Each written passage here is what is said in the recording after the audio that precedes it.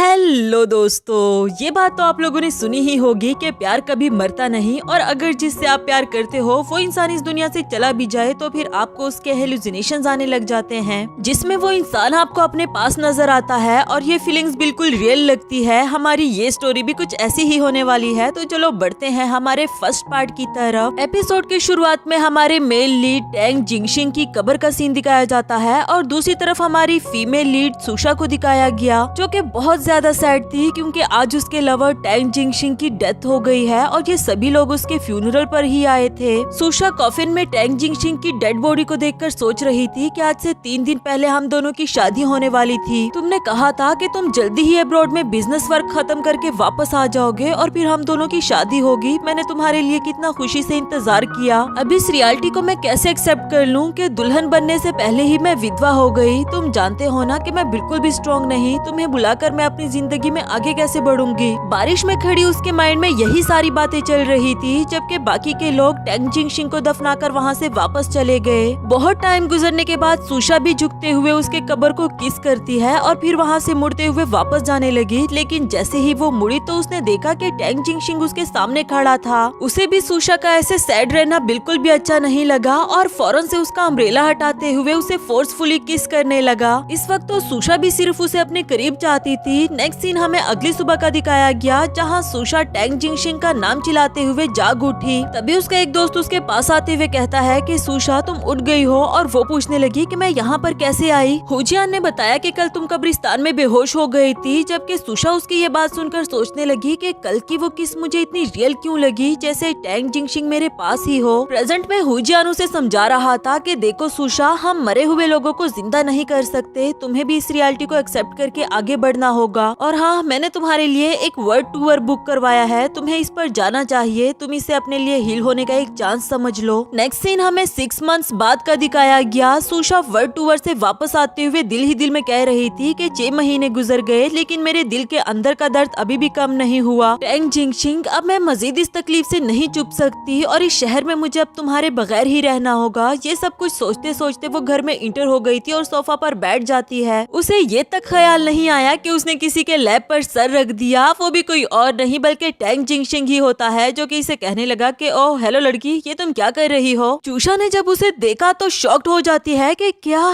फिर से hallucination, please तुम मत बोलो। और फिर जल्दी से अपने फोन में सर्च करने लगी कि हेलुसिनेशन क्या है और क्यों होता है, जिससे उसको पता चला कि अगर आपको हेलुसिनेशंस आते हैं तो बहुत चांसेस है कि आपको सिजोफ्रेनिया हो गया हो। अब वो टैंग जिंगशिंग को देखकर सोच रही थी कि क्या मैं सच में बीमार हूँ, और उसे हाथ लगाकर टच करने की कोशिश करने लगी। वो भी इसे हैरानी से देखते हुए पूछने लगा कि क्या तुम सच में हुआ रोई हो, जबकि सुशा अपने कान बंद करते हुए कहने लगी कि नहीं नहीं, मैं तुम्हें नहीं सुन रही, मैं जानती हूँ कि ये झूठ है। टैंग जिंगशिंग उसे पागल लड़की कहते हुए वहाँ से जाने ही वाला था, जबकि सुशा उसे हक करते हुए कहने लगी कि तुम जानते हो मैं तुमसे बहुत प्यार करती हूँ, लेकिन अब तुम इस दुनिया में नहीं रहे, मुझे इस रियलिटी को भी एक्सेप्ट करना होगा, वरना तो मैं सच में ही पागल हो जाऊंगी। तभी दूसरी तरफ से उसकी स्टेप मॉम न्यानची आते हुए कहने लगी कि न्यान भाई, क्या ये तुम हो। सुशा सुनकर हैरान हो गई कि क्या आपको ये लड़का नजर आ रहा है। न्यानची अभी भी न्यान भाई से कह रही थी कि भाई अगर तुम वापस आ गए थे तो तुमने मुझे बताया क्यों नहीं। सुशा हैरान हो जाती है कि भाई, क्या ये तुम्हारा भाई है, ये टैंग जिंगशिंग की तरह क्यों लग रहा है। न्यानची को ऐसा बिल्कुल भी नहीं लग रहा था, इसलिए वो उसकी बात को इग्नोर कर देती है और कहती है कि तुम भी वापस आ गई हो तो चलो हमारे साथ ही डिनर कर लेना। और हाँ, इनसे मैं तुम्हें अच्छे से इंट्रोड्यूस करवा दूं, ये मेरा भाई न्यान भाई है, अब रिश्ते में तुमसे बड़ा है तो तुम्हें इसे अंकल कहना चाहिए। सुशा उसे देखते दिल ही दिल में सोच रही थी कि ये लड़का हूबहू टैंग जिंगशिंग की तरह कैसे दिख सकता है और अब मैं इसे अंकल क्यों कहूँ। रूम में आकर भी वो इसी कश्मकश में थी कि दुनिया में 2 लोग बिल्कुल एक जैसे कैसे दिख सकते हैं, या तो फिर मैं टैंग जिंगशिंग को बहुत मिस कर रही हूँ इसलिए मुझे न्यान भाई उसकी तरह लगा, वरना तो वो कितना एरोगेंट है। पर सामने ही स्क्रीन पर एक वीडियो चल रही थी जिसमें बताया जा रहा था कि अगर इंसान बहुत बड़े ट्रॉमा से गुजरता है तो ये पॉसिबल है कि उसे अमीजिया हो जाए। अब वो सुनकर सुशा दोबारा से सोचने लगी कि कहीं टैंग जिंगशिंग को भी अमीजा तो नहीं हो गया और वो अपनी सारी यादाश्त खो चुका हो। एक इंसान अपनी यादाश्त तो खो सकता है मगर उसकी बॉडी तो चेंज नहीं हो सकती ना। मुझे पता लगाना होगा कि आखिर वो है कौन। इसके बाद उसका राउंड 1 शुरू हो गया था। न्यान भाई के रूम में जाकर वो देखना चाह रही थी कि अगर वो क्रेयोन की अंडरवियर यूज करता है तो वो जरूर टैंग जिंगशिंग ही होगा, क्योंकि इस एज में सिर्फ टैंग जिंगशिंग ही वो वेयर कर सकता है। उसका ये वाला शक तो बिल्कुल ठीक निकला, मगर सिर्फ इससे ये बात साबित थोड़ी ना हो सकती सकती थी कि वो टैंग जिंगशिंग है, इसलिए उसने राउंड 2 पर काम करना शुरू कर दिया कि अगर वो सच में ही टैंग जिंगशिंग है तो फिर उसको इस वेल के बारे में जरूर याद होगा। नेक्स्ट सीन में वो उस वेल को पहनकर न्यान भाई की तरफ भागते हुए कह रही थी कि टैंग जिंगशिंग मुझसे दोबारा से शादी कर लो। इसी दौरान उसका पैर स्लिप हो गया था और वो गिरने ही वाली होती है। न्यान भाई ने उसे बचाते हुए हक कर लिया। उसकी ये मूवमेंट, उसका ये हक करना सुशा को बिल्कुल टैंग जिंगशिंग की तरह ही लगा। फौरन से कह भी दिया कि मुझे पता था तुम टैंग जिंगशिंग ही हो, तुम्हें सब कुछ याद आ गया है ना। जबकि न्यान भाई उसकी वेल उतारते हुए कहने लगा कि मिस हुआ रुई, क्या तुम इस दिन में भी कॉस्प्ले खेल रही हो? असल में उसका फैमिली नेम हुआ रुई था, लेकिन टैंग जिंगशिंग ने उसे हमेशा सुशा कहा तो वो खुद को सुशा ही कहलाना पसंद करती थी। इसके बाद उसका थर्ड राउंड शुरू हो जाता है कि अगर वो सच नहीं बता रहा तो उसकी बॉडी सच बता देगी। असल में टैंग जिंगशिंग को मिल्क से एलर्जी थी।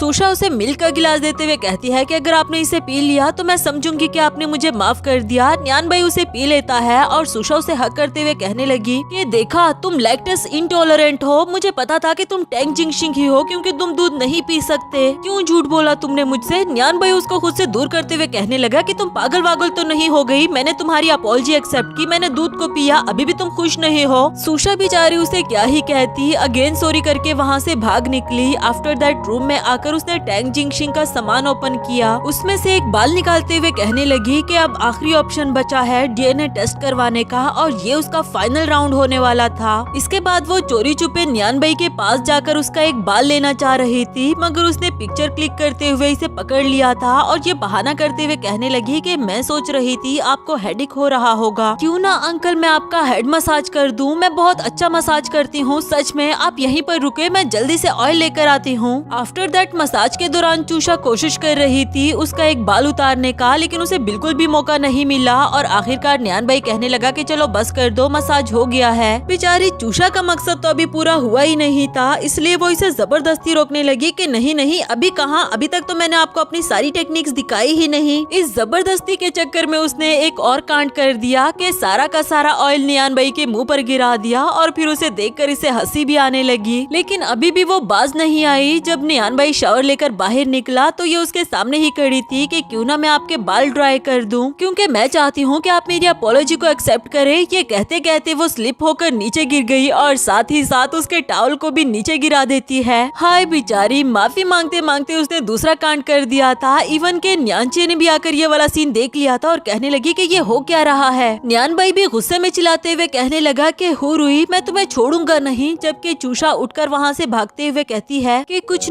नहीं, मैं तो बस यहाँ से गुजर रही थी और उसका टॉवल नीचे गिरा पड़ा था। नेक्स्ट सीन में न्यान किसी आदमी का पीछा कर रहा था जो कि किसी लड़की से बात करते हुए कह रहा होता है कि आप फिक्र नहीं करें, हम हुआ ग्रुप को पूरी तरह से रॉइन करने का प्लान बना चुके हैं। हुआ ग्रुप सुशा के डैड की कंपनी थी, मगर न्यान भाई को उसमें क्या इंटरेस्ट है ये तो हमें आगे ही देखने को मिलेगा। खैर फिलहाल तो वो अपनी टेक्निक्स का यूज करते हुए उस आदमी के पॉकेट से उसका फोन निकाल लेता है और बाहर आकर अपनी कैप पहन दी, अपनी जैकेट भी चेंज कर ली ताकि उसे कोई पहचान ना सके। गाड़ी में बैठकर वो दिल ही दिल में सोच रहा था कि मुझे लगता था मैं धीरे धीरे करके अपना बदला ले लूंगा, लेकिन मिस हुरुई के वापस आ जाने की वजह से कहीं मेरा प्लान गड़बड़ ना हो जाए। अब मुझे जो भी करना है जल्द से जल्द करना होगा। आफ्टर दैट घर आकर वो अपनी सिस्टर से बात करते हुए कह रहा था कि मैंने चैट हिस्ट्री अच्छे से चेक कर ली, डायमंड बीट के डॉक्यूमेंट्स ऑफिस में नहीं बल्कि आपके हस्बैंड के स्टडी रूम में है। न्यानची बोली मगर वो तो हर वक्त लॉक रहता है। खैर तुम फिक्र नहीं करो, मैं किसी भी तरह मौका ढूंढकर चाबी निकाल लूंगी। और न्यान भाई बोला कि ठीक है, मैं सब कुछ तुम पर छोड़ता हूँ। थोड़ी ही देर में न्यानची चाबियां लेकर पहुँच आई और वो कहती है कि डायमंड माइनिंग प्रोजेक्ट में हमारा सबसे बड़ा कंपटीटर हुआ ग्रुप ही है। एक बार हमें हुआ ग्रुप का नेक्स्ट स्टेप पता चल जाए तो फिर ये प्रोजेक्ट 100% हमारे हाथों में होगा।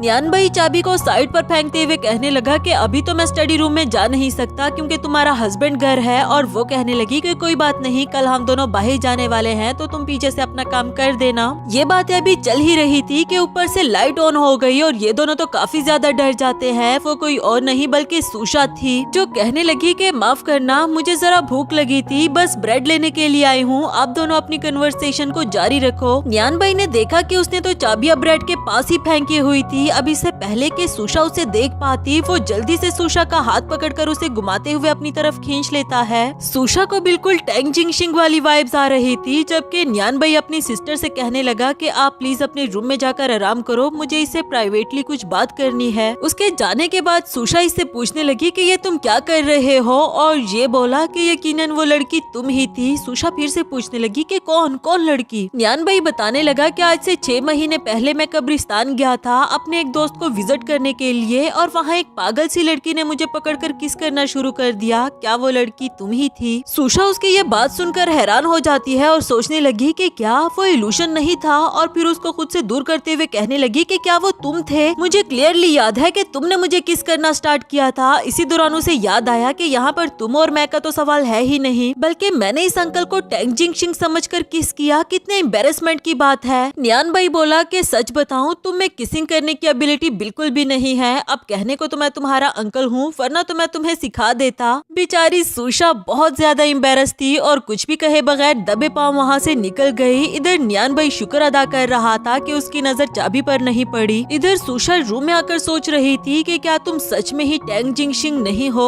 नेक्स्ट सीन हमें अगली सुबह का दिखाया गया। होजियान सुशा को उसकी बर्थडे पर सरप्राइज देता है और वो काफी ज्यादा खुश भी हो गई थी। पूछने लगी कि तुम्हें इस बार भी मेरी बर्थडे याद थी? वो बोला कि मुझे याद कैसे ना हो, आखिर ये दिन है ही तुम्हारे लिए इतना इम्पोर्टेंट। सुशा कहने लगी कि मुझे बहुत खुशी है कि इतने सालों से तुम मेरी लाइफ में हो, क्योंकि तुम हर बार मेरी बर्थडे को याद रखते हो। इसके बाद बातों ही बातों में सुशा कहने लगी कि वो देखो शूटिंग स्टार, जबकि होजियान को कुछ नजर नहीं आया। तो वो कहने लगा कि हो सकता है वो शूटिंग स्टार टैंग जिंगशिंग हो, वो भी तुम्हें वहाँ से देख रहा होगा और तुम्हें सैड देखकर वो बिल्कुल भी खुश नहीं होगा। उसकी ये बात सुनकर सुशा काफी ज्यादा सैड हो जाती है, जबकि होजियान उसे बर्थडे गिफ्ट देते हुए कहने लगा कि ये तुम्हारे लिए। देखने के बाद वो कहने लगी कि HRY यानी कि हुरुई, ये तो मेरा ही नाम है। वो बोला कि हाँ, मैं तुम्हें ये याद दिलाना चाहता था कि टैंग जिंगशिंग अब हमारे बीच में नहीं रहा, तो तुम्हें भी अब खुद को मिस सुशा नहीं कहना चाहिए। बेहतर होगा कि तुम भी सब कुछ भूलकर आगे बढ़ जाओ। सुशा को ये सब बातें अच्छी तो नहीं लग रही थी, लेकिन फिर भी उसका शुक्रिया अदा किया। नेक्स्ट सीन में न्यान भाई स्टडी रूम जाना चाह रहा था, मगर एंड टाइम पर सुशा घर पहुंच जाई। अब उसे देखकर ये पूछने लगा कि तुम कहाँ थी इतनी रात को, इतनी देर से क्यों आ रही हो?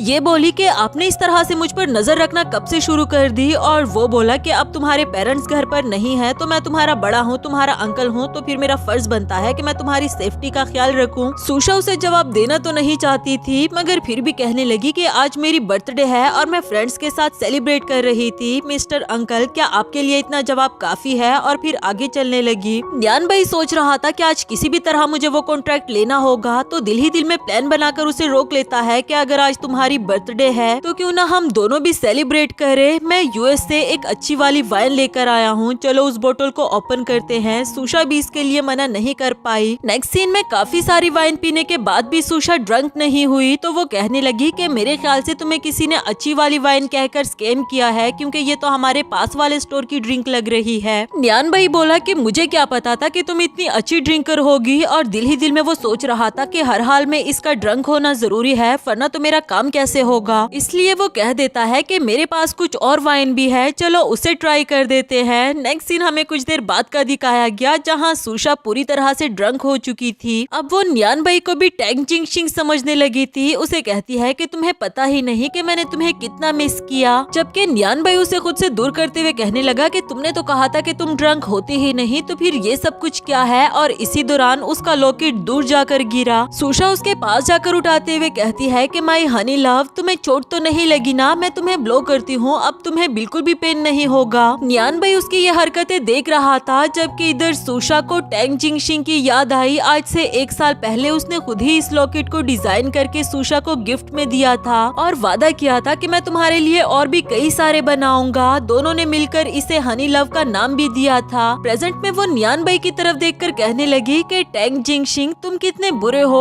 मुझसे राज छुपा कर रखते हो, लेकिन कोई बात नहीं, मुझे बुरा नहीं लगा, क्योंकि मैं तुमसे प्यार करती हूँ। फिर उसके पास जाकर कभी उसके फेस को टच करती है और कभी उसके नेक को, कि मैंने तुम्हें बहुत टाइम से नहीं देखा। न्यान भाई उसे धीरे धीरे करके रोकने की कोशिश कर रहा था, लेकिन बजाय रुकने के वो इसके गोद में आकर बैठ जाती है, ये कहते हुए कि मुझे तुम्हारे एब्स और तुम्हारे 6 पैक्स भी देखने हैं, क्या ये अभी भी पहले की तरह ही हैं? न्यान भाई उसके हाथ पकड़ते हुए कहने लगा कि हुरुई, अब अगर तुम दोबारा हिली तो मैं तुम्हें सब कुछ दिखा दूंगा। लेकिन वो बाज नहीं आती और कहने लगी कि तुम तो ऐसे कह रहे हो जैसे पहले मैंने कभी ना देखा हो। किसी हद तक तो न्यान भाई भी उसके लिए पिघल चुका था और उसे किस करने ही वाला होता है, मगर उससे पहले ही सुशा टून हो गई। नेक्स्ट सीन में नियान भाई स्टडी रूम की तरफ जाते हुए सोच रहा था कि अब हू रुई सो गई है तो मुझे सीरियस होकर अपना काम करना होगा। लॉकर से डायमंड माइनिंग कॉन्ट्रैक्ट के पेपर्स निकालकर उसकी पिक्चर्स क्लिक कर लेता है और फिर वहाँ से वापस जाने लगा। तभी उसने देखा कि सुशा उसके सामने खड़ी है और पूछने लगी कि तुम यहाँ क्या कर रहे हो और ये तुम्हारे हाथ में क्या है, तुम मुझसे क्या छुपा रहे हो, दिखाओ भी। नियान भाई किसी भी हाल में उसे पता चलने नहीं देना चाहता था और सोचने लगा कि अब मेरे पास एक ही रास्ता है। उसके दोनों हाथ पकड़ते हुए कहने लगा, मिस सुशा,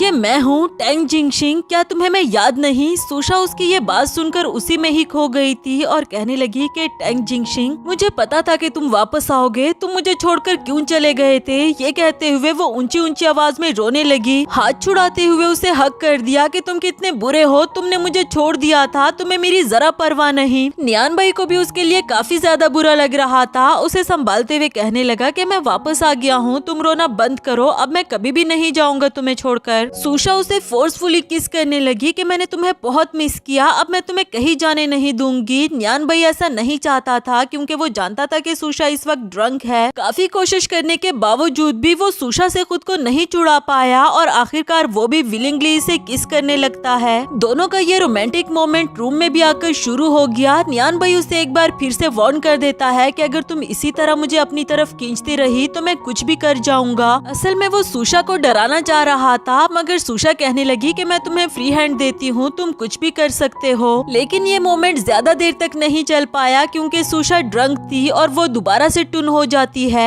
नियान भाई सोचने लगा कि ये जानने के बावजूद भी कि तुम हू रंचन की बेटी हो, मुझे तुमसे प्यार नहीं होना चाहिए था, लेकिन मैं क्या करूँ, तुम्हारा हर एक मूव मुझे बहुत बुरी तरह से अफेक्ट कर देता है। काश कि तुम हू रंचन की बेटी ना होती। आफ्टर दैट वो अपनी शर्ट पहनकर वहाँ से जाने ही वाला था। इधर सुशा नींद में ही बोल पड़ी कि टेंग जिंगशिंग प्लीज मुझे छोड़कर मत जाना। अब वो मजबूर हो गया था इसके पास रह जाने के लिए। नेक्स्ट सीन हमें अगली सुबह का दिखाया गया। सुशा की जब आंख खुली और उसने अपने सामने टेंग जिंग को देखा तो बहुत प्यार से उसे किस करती है। फिर फौरन से उसे ख्याल आया कि ये टेंग जिंग नहीं बल्कि बई नियान है। उसे धक्का देते हुए नीचे गिरा दिया कि तुम कितने बेशर्म इंसान हो, तुम्हें अपनी एज का भी ख्याल नहीं आया। अगले ही सीन में काफी शर्मिंदा होकर उसे हॉट वाटर देते हुए माफी मांग रही थी कि कल रात में ड्रंक थी इसलिए आपसे निपट कर अपने पास ही रहने के लिए कहा, लेकिन इसमें मेरी कोई गलती नहीं। नियान भाई बोला कि ठीक है, इस बार तो मैं तुम्हारी अपॉलॉजी एक्सेप्ट कर रहा हूँ, लेकिन मैं एक रूल बना लेता हूँ, अगली बार जब भी मैं तुम्हारे आस पास हूँगा तुम ड्रिंक नहीं करोगी, मुझसे वादा करो। सुशा भी इस रूल को एक्सेप्ट कर लेती है और पूछने लगी कि अच्छा अंकल ये बताओ कि कल रात मैंने इसके अलावा कुछ और तो नहीं किया था ना। वो बोला कि किया था ना, ये देखो। उसके नेक पर लव बाइट देखकर इसे टेंग जिंगशिंग की याद आ गई। आज से 1 साल पहले ये उसे घर से निकालते हुए कह रही थी कि तुमने कल रात मेरे साथ क्या किया, और बदले में वो बोला कि मैंने क्या किया बल्कि तुम देखो तुमने क्या किया था। प्रेजेंट में नियान भाई कह रहा था कि मैं इसे तुम्हारी ड्रंकन मिस्टेक समझ लेता हूँ, लेकिन इसके लिए तुम्हें पनिशमेंट मिलेगी, ये बर्तन अब तुम दो जाकर। नेक्स्ट सीन में सुशा को डीएनए टेस्टिंग सेंटर से कॉल आती है और बताया गया कि आपने जो डीएनए टेस्ट कराने के लिए दिया था उसकी रिपोर्ट आ गई है और हमने आपको मेल कर दी, आप उसे चेक कर लें। ये सुनकर अब सुशा के हाथ कांपने लगे क्योंकि वो नहीं जानती थी कि रिपोर्ट में क्या होगा। साथ ही हमें फ्लैशबैक का सीन दिखाया गया